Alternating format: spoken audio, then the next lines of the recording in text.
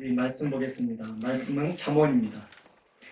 5월달 우리 계속해서 잠언을 또 필사를 했고, 지난주와 오늘 또 계속해서 우리 말씀에 대한 지혜를 한번 살펴보고자 하기 위해서 오늘도 잠언을 살펴보고자 하는 것인데요. 잠언 10장입니다. 10장 31절, 32절 두 절입니다. 우리 함께 짧은 가운데 다 같이 합독하도록 하겠습니다. 구약성경 922페이지에 있는 잠언 10장 31절로 32절까지 있는 말씀입니다. 우리 다 같이 천천히 한 목소리로 함께 합독하도록 합니다. 함께 읽습니다. 의인의 입은 지혜를 내어도 패역한 그는 배임을 당할 것입니다. 의인의 입술은 기쁘게 할 것을 알거늘 악인의 입은 패역을 말하느니라. 아멘. 잠시 기도하겠습니다. 아버지 하나님 감사합니다. 잠언이란 말씀을 통해서 우리에게 또 큰 은혜를 주실 줄 믿습니다. 기대하는 마음으로 하나님의 말씀을 듣고자 하고 또 전하고자 하오니 주께서 모든 것을 주장하여 주옵시고 전하는 자나 듣는 자에게 하나님의 은혜가 충만케 하여 주옵시며 말씀이 말씀되게 선포되게 하여 주셔서 깨닫는 지혜가 있게 하시고 그 지혜로 말미암아 세상을 능히 이기며 살아갈 수 있는 복된 우리의 모습이 되게 하여 주옵소서. 감사드리며 예수님의 이름으로 간절히 기도드립니다. 아멘. 할렐루야. 한 주간도 평안하셨습니까? 잠언에 대해서 우리가 살펴보고 있는데 우리 지난주에도 우리가 내게 필요한 것이란 제목으로 이 잠언에 대한 부분을 우리가 살펴보았습니다. 우리에게 진정 필요한 것이 무엇인가 라는 것을 우리가 살펴봤을 때 우리에게는 지혜가 필요하다라는 말씀을 제가 드렸습니다. 근데 그 지혜는 우리가 학력을 통해서 배우는 세상적인 지식이야 말하는 것이 아니라 하나님을 경외하는 것이라고 말씀을 드렸지요. 오늘 또한 우리 잠언을 통해서 우리 그리스도인들에게 또 어떤 지혜가 필요한지 그 지혜 가운데 우리가 또 살펴봐야 될 것이 무엇인지를 한번 살펴보고자 하는 것이죠. 오늘 제목을 보면 그리스도의 언어 생활이라는 그 제목으로 여러분과 말씀을 나누려고 합니다. 사랑하는 성도 여러분, 우리가 삶을 통해서 우리가 말로 많은 상처를 주기도 하고 또 위로를 받기도 하지만 많은 사람들이 그 말로 인해서 잘못된 길을 걸어갈 때가 참 많이 있음을 보고 있지 않습니까?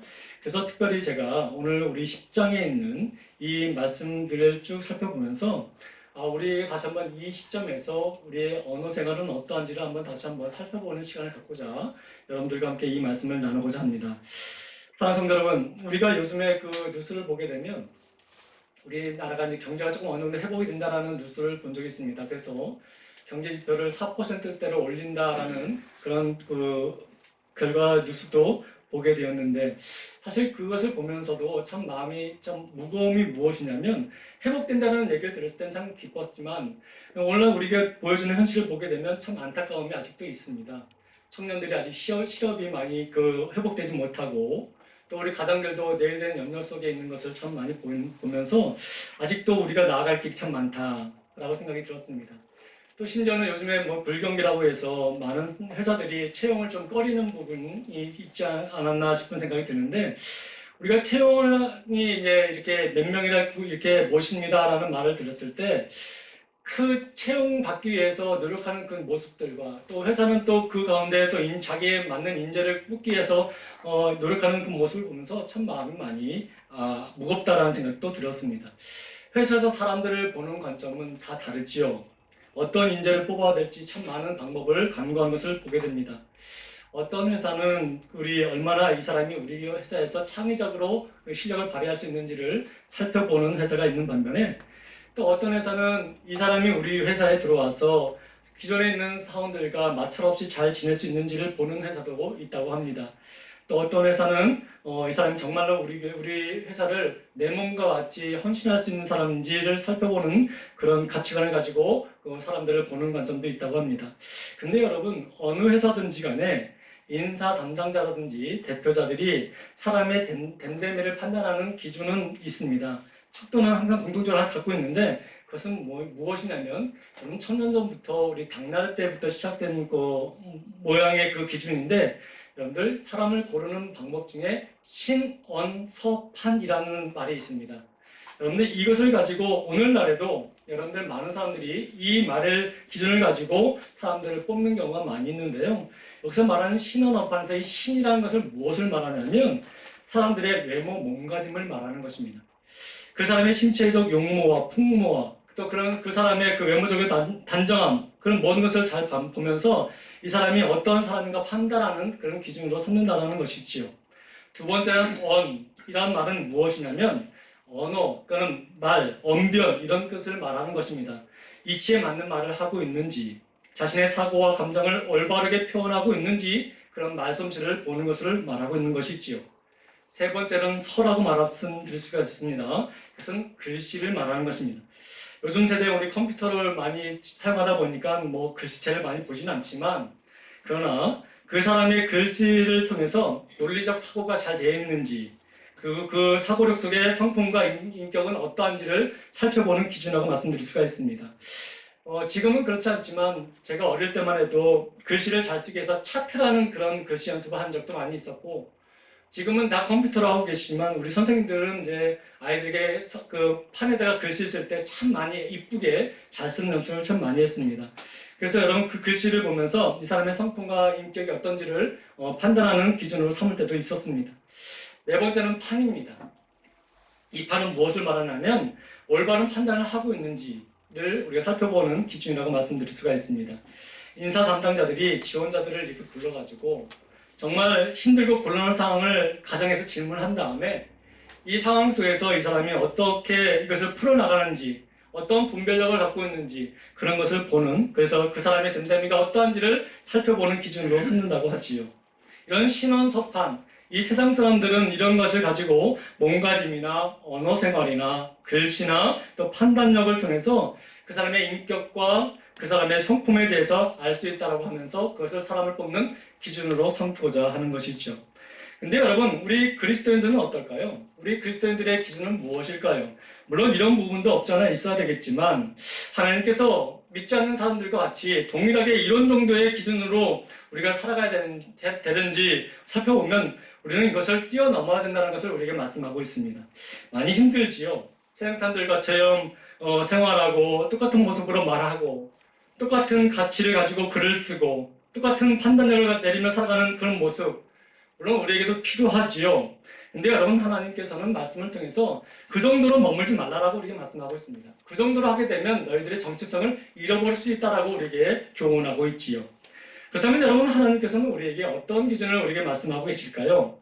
물론 이런 부분도 우리에게 당연히 필요하지만 특별히 우리 성도분을 오늘 말씀을 통해서 우리는 언어 생활을 통해서 우리 그리스도인들이 어떻게 살아가야 되는지에 대한 부분을 우리에게 분명히 말씀하고 있습니다.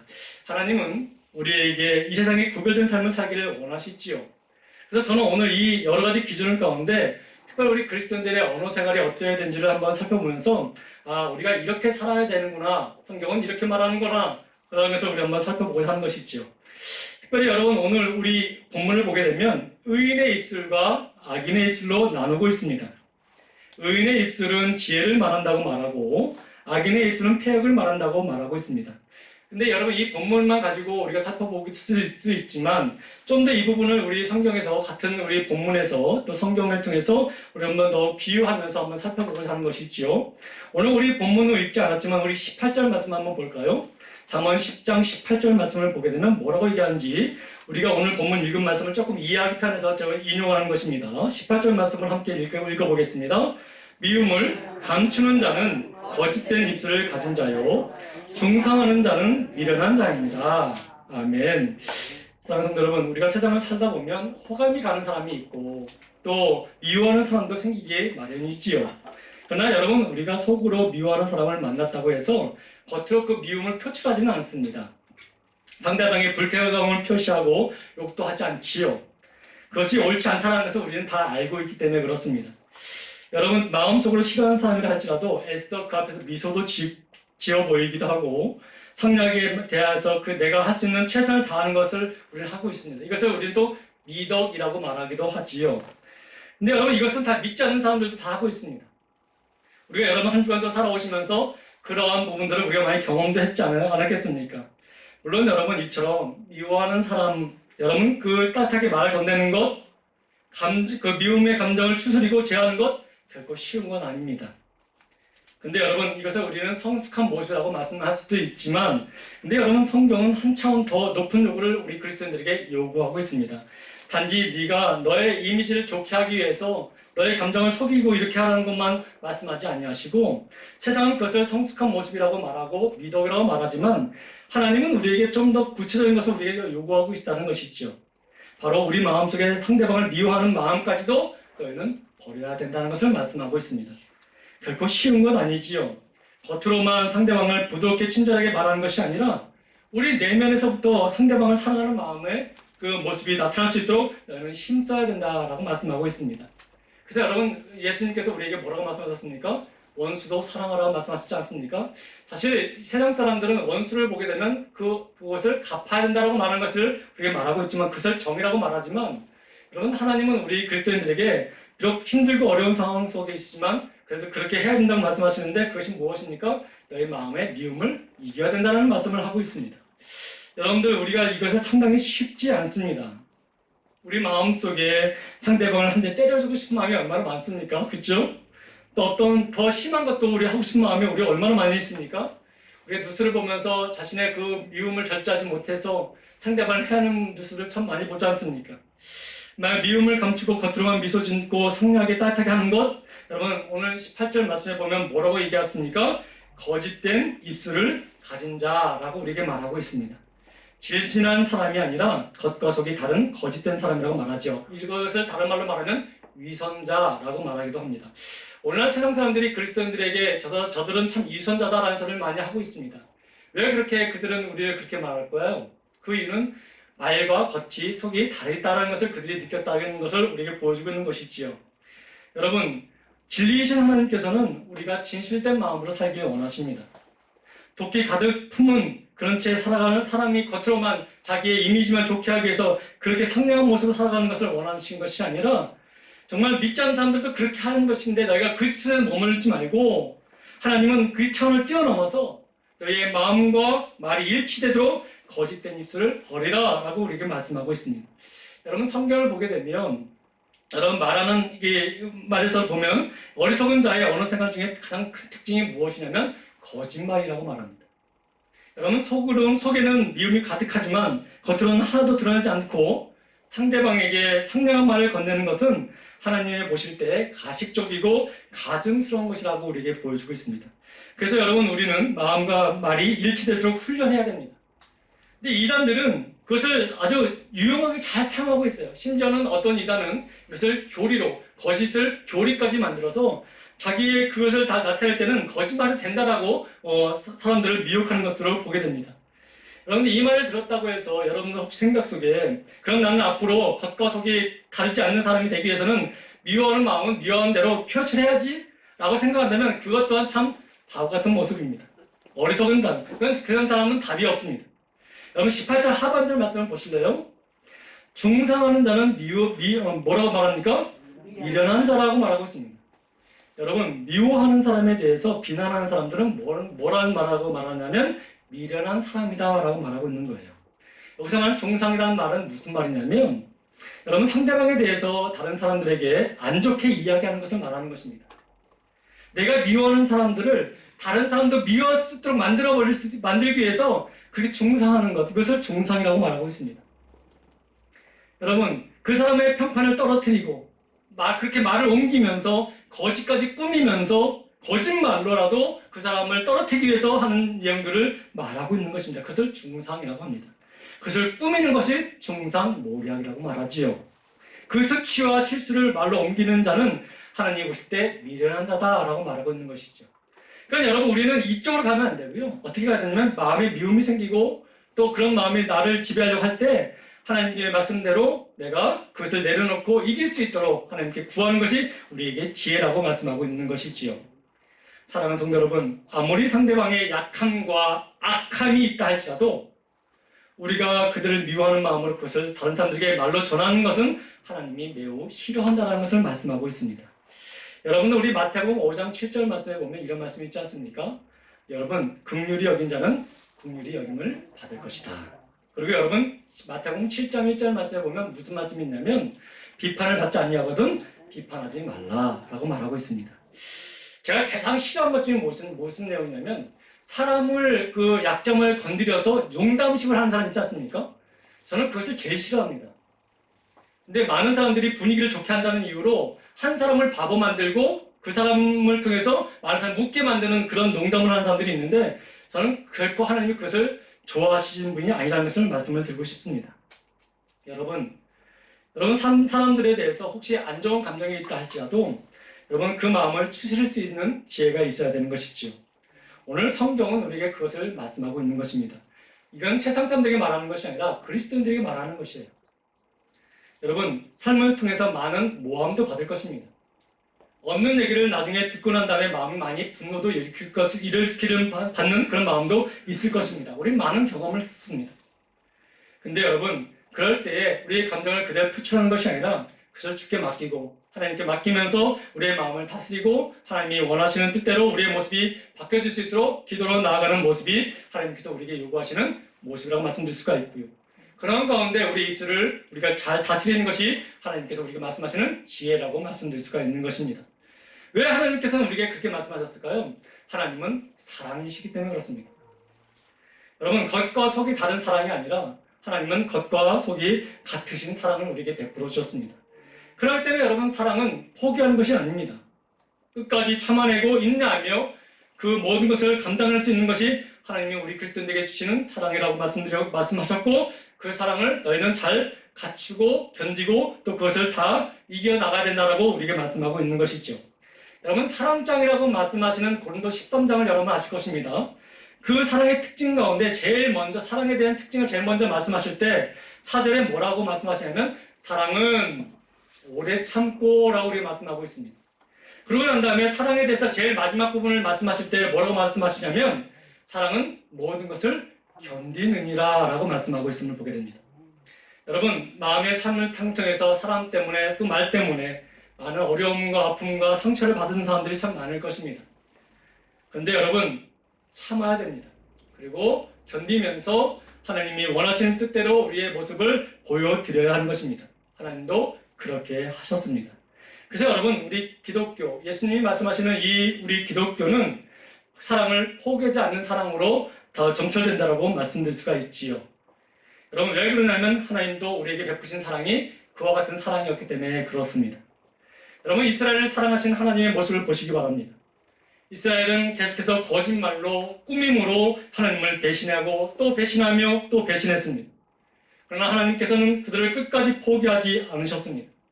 이스라엘이 지혜를 지을 때마다 하나님은 분노하셨지만 그 분노는 결코 그들을 미워하는 분노가 아니라 그들을 회복시키고자 하시는 하나님의 거룩한 분노였음을 우리에게 보여주고 있습니다.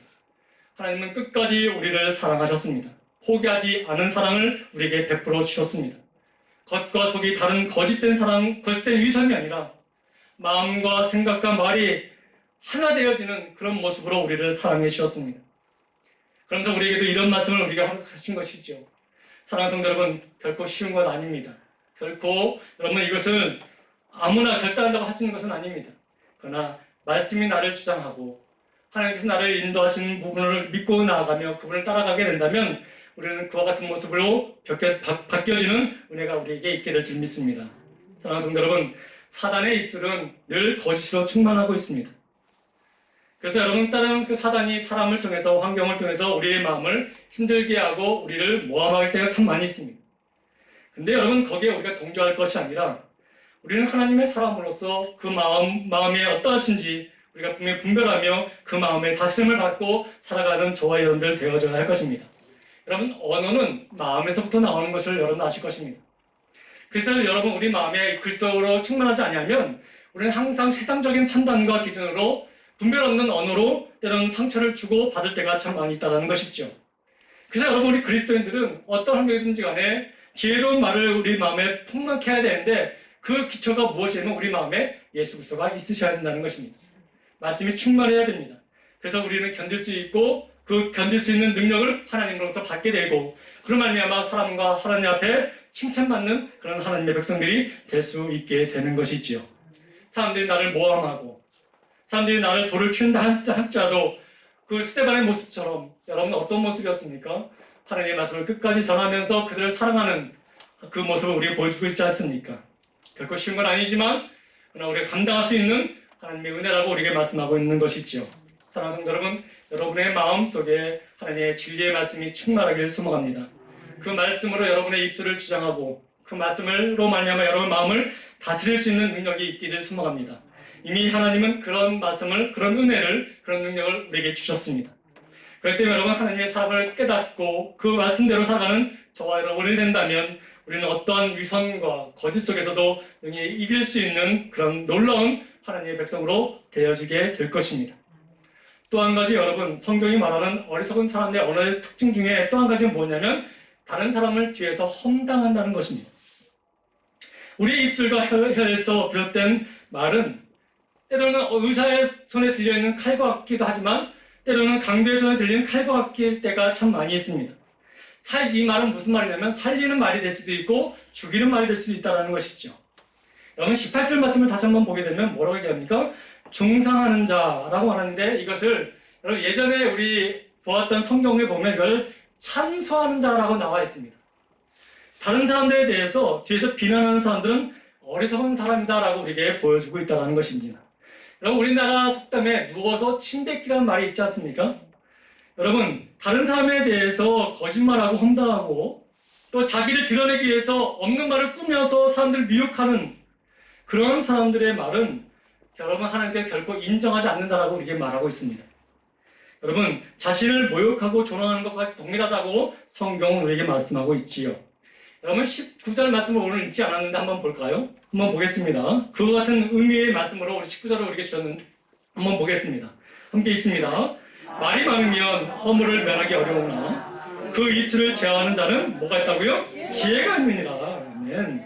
말이 많으면 허물을 면키 어렵다라고 말하고 있습니다. 여기서 말이 많다라는 이 말은 단순히 언어의 양이 많다라는 것을 말하는 것은 아닙니다. 만약에 여러분 이것이 언어의 양, 하루 말하는 양을 우리에게 말씀하신 거라면 말을 참 많이 하시는 선생님이나 목사들이나 또 많은 말을 하는 강사들은 허물이 많다라고 말씀하신 것이죠.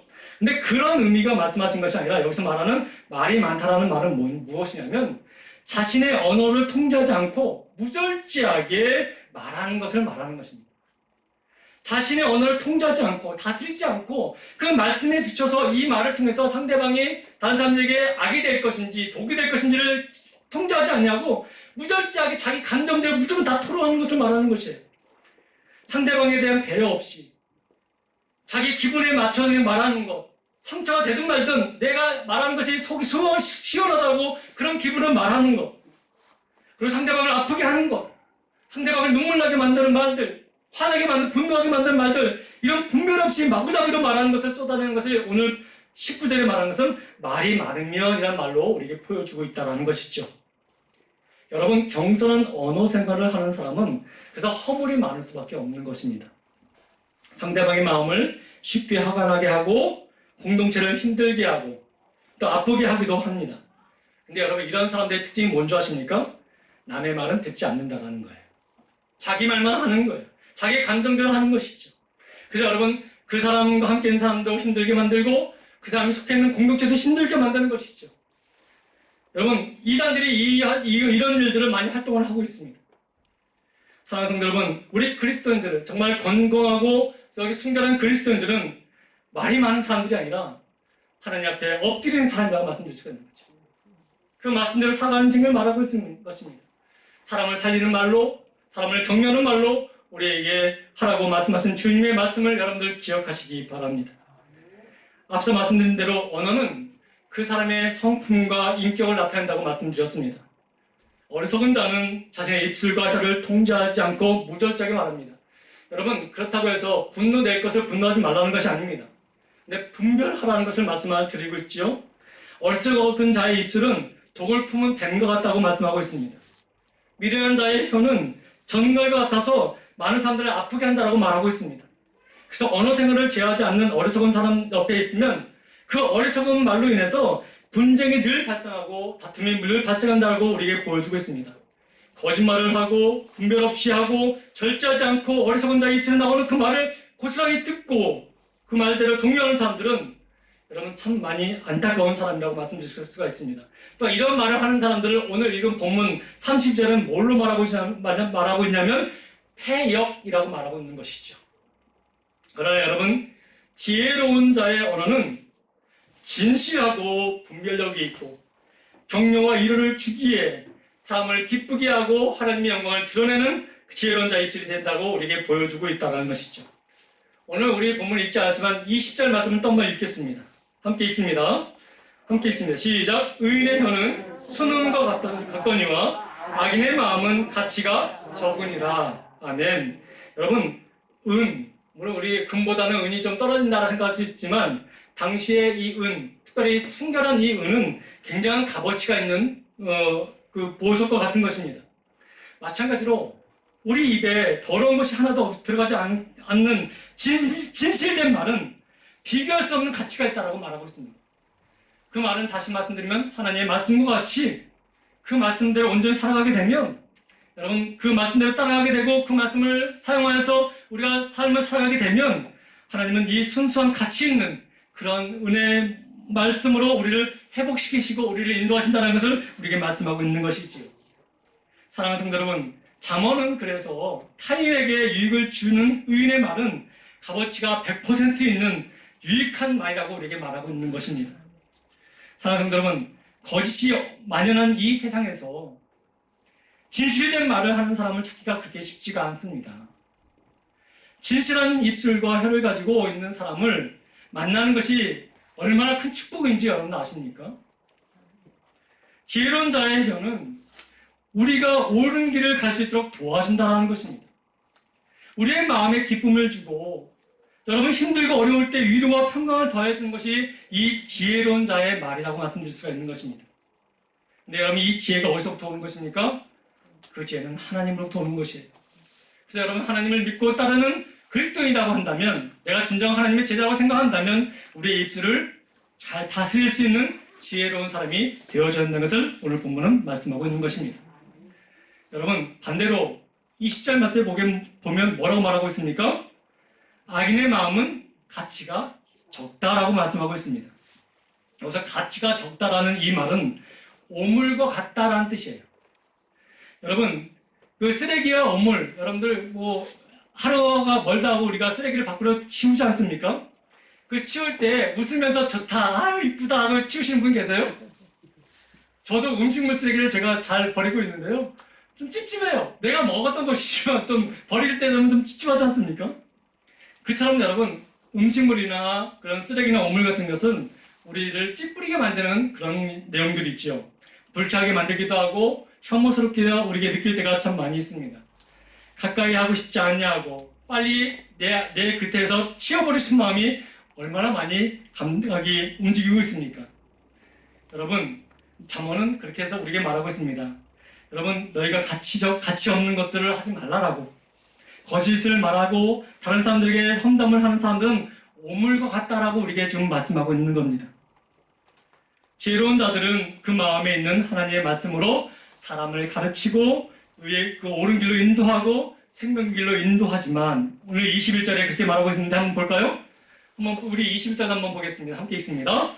의인의 입술은 여러 사람들을 교육하나 미련한 자는 지식이 없어 뭐 한다고요? 죽는다. 근데 그 죽는 것이 자기만 죽는 게 아니에요, 여러분. 그 미혹한 그 사람까지도 끌어당겨 죽이게 만드는 것이 이 거짓된 모습, 미련한 자의 모습이라고 우리가 말씀하고 있는 것이죠. 그래서 여러분 이것이 처음에 들 때는 참 재밌어요. 남을 한다는 거 저는 재밌지 않습니까? 우리도 한 번씩은 더 경험해보지 않았어요? 자기 얘기는 하는 것은 굉장히 두려워해요. 근데 없는 사람 얘기하는 건 상당히 재밌잖아요? 근데 여러분 그 재미를 위해서 여러분 생명을 버리지 마십시오. 뭐라고 말씀하십니까? 미련한 자는 어떻게 된다고요? 지식이 없어 죽는다. 그래서 여러분 우리는 살리는 말을 할 수 있도록 훈련되어져야 합니다. 그래서 여러분 오늘 본문 우리가 읽은 본문 솔로몬은 지혜로운 자의 입과 어리석은 자의 입을 비교해서 그들의 언어 생활이 어떤 결실을 맺게 되고 어떤 결과를 가져오게 되는지를 오늘 우리에게 보여주고 있다는 것입니다. 오늘 31절과 32절 말씀을 다시 한번 천천히 한번 읽어보겠습니다. 함께 읽습니다.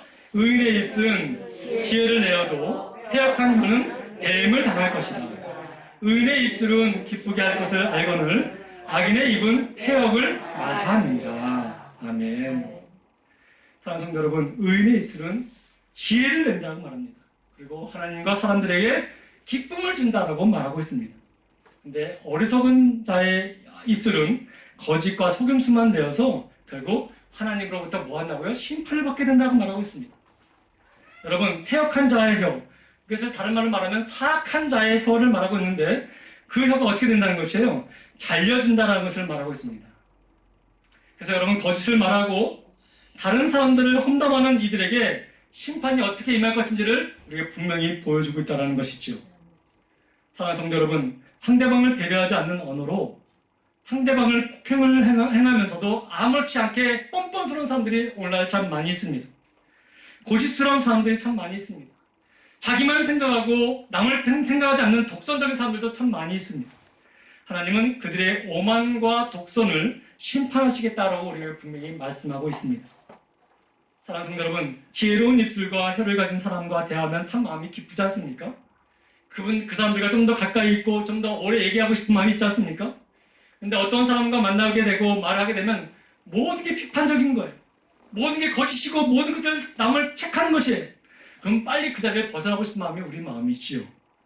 사랑하는 성도 여러분, 지난주에 우리가 내게 필요한 것이 뭐라고 말씀드렸죠? 지혜라고 말씀드렸습니다. 근데 그 지혜는 하나님을 경외할 때 우리가 받을 수 있다고 말씀드렸지요. 그래서 여러분, 하나님을 경외하는 자에게는 그 입에 지혜가 있고 그 사람이 지혜롭게 하나님이 만드신다는 것을 우리가 살펴보았습니다. 여러분, 그 지혜로운 자가 어떤 것입니까? 하나님이 원하신 대로 살아가는 사람을 말씀하고 있는 것이지요. 그리고 하나님이 원하신 대로 말하고 그를 살리는 사역을 감당하는 것을 하나님은 말씀하고 있는 것입니다. 자, 그렇다면 우리 이제 말씀을 정리하는 가운데 제가 이제 여러분들에게 한번 질문 한번 드리게 보겠습니다. 겉으로 표현하지 마시고 속으로 말씀하십시오. 우리는 어떤 입술과 혀를 가지고 있습니까? 여러분들이 타인들과 만나서 대화할 때의 주제가 누구를 살리고 격려하는 말입니까? 아니면 남들을 험담하고 남들의 마음을 이간질하고 또 남들의 약한 것과 부족한 것을 드러내는 말로의 주제로 삼고 있습니까? 혹시 그 자리에 없는 제3자를 흉보거나 어리석은 혀를 가진 사람들은 아니었는지 오늘 우리가 다시 한번 점검해 보아야 되는 것입니다. 여러분들이 타인들과 대화할 때 대화의 주된 내용이 무엇입니까? 마음에도 없는 거짓을 말하면서 자신의 편을 만들기 위해서 여러분 그렇게 말을 인용하지는 않았습니까? 미련한 자는 혹시 아니었습니까? 만약 어떤 사람하고 만나서 계속 다른 누군가를 험담하고 불쾌한 대화가 계속 이어진다면 여러분 그 사람은 어리석은 자임을 여러분 주의하시기 바랍니다. 그런 사람하고는 대화는 아무런 유익이 없습니다. 우리 그리스도인들은 만날 때마다 살리는 내용의 말을 해야 됩니다. 격려의 말을 해야 됩니다.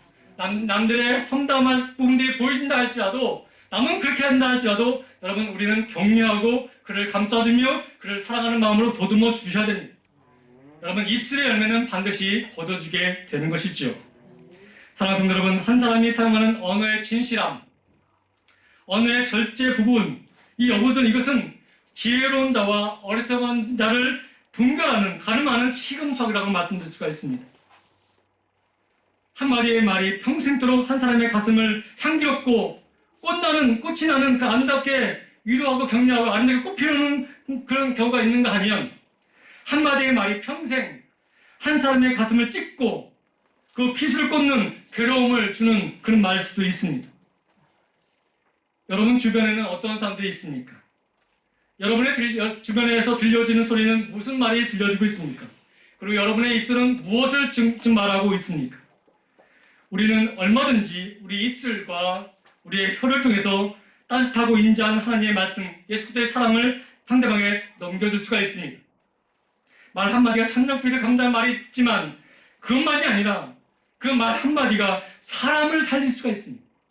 그리고 그 말 한마디가 사람을 죽일 수도 있다는 것을 우리는 분명히 생각해 보셔야 됩니다. 특별히 여러분, 우리 교회가 많은 사람들, 다양한 사람들이 모이기 때문에 참 말이 참 많습니다. 근데 여러분, 거기서 우리가 부름받은 우리 중직자들이라면 우리는 무엇을 말해야 될까요? 교회를 살리고 또 성도들을 격려하며 또 위로하며 그렇게 세워나가는 그 말 한마디 한마디가 우리의 말이 돼야 되지 않겠습니까? 하나님이 우리에게 원하시는 것이 바로 그것 아니겠습니까? 우리가 주변에서 상처받았던 사람들이 참 많이 있습니다. 우리 교회뿐만 아니라 모든 교회에 상처받았던 사람들이 많이 있습니다. 결과적으로 이렇게 보게 되면 대부분이 말 한마디 때문에 그런 거예요. 서로가 격려해주면 되는데 그 말에 가시를 넣고 자기의 기분대로 말하다 보면 상대방의 기분을 생각지 않냐고 하다 보면 여러분 그걸로 인해 상처받고 교회를 떠나는 모습을 우리는 참 많이 보게 됩니다. 사랑하는 성도 여러분, 우리 예담교회는 살리는 그리스도의 언어 생활을 잘 우리 관리하고 행하는 그런 우리 성도들이 다 되길 소망합니다.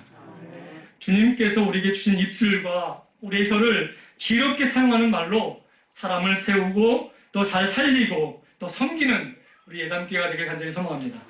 그런 모습 속에서 날마다 든든히 세워져가는 우리의 모든 사람이 되길 간절히 소망합니다. 기도하겠습니다. 사랑과 은혜가 많으신 아버지 하나님, 은혜와 사랑을 감사합니다. 우리가 비록 주님을 배반할 때에도 하나님은 우리를 사랑하셨고, 우리가 하나님을 부인할 때에도 주님은 십자가상에서도 끝까지 우리를 사랑하시고 우리를 격려해 주셨습니다. 아버지, 이제 우리가 주님의 사랑이라고 주님의 제자라고 말한다면 이제 우리의 입술이 변화되길 원합니다. 우리의 마음이 변화되어지고 우리의 생각이 변화되어지고 우리의 모든 것이 변화되어서 하나님과 사람들에게 기쁨을 줄 수 있는 하나님의 기쁜 주의 종들이 다 되길 원합니다. 하나님, 특히 우리 예담교회가 그 일들을 사용할 수 있도록 인도하여 주옵소서. 아버지, 날마다 승리하게 하여 주옵소서. 하나님만 바라보고 하나님을 닮아가는 참된 그리스도인들이 다 될 수 있도록 은혜 베풀어 주옵소서. 내 감정으로 신앙하는 것이 아니라 주님의 뜻대로 살아갈 수 있는 우리의 모습이 되게 하여 주옵시고, 그런 가운데 아버지 하나님 성령으로 우리를 충만케 하사 아버지 능히 이길 수 있고 견뎌낼 수 있으며 하나님 영광을 나타낼 수 있는 복된 성도들 되게 하여 주옵소서. 감사드리며 예수님의 이름으로 간절히 기도드립니다. 아멘.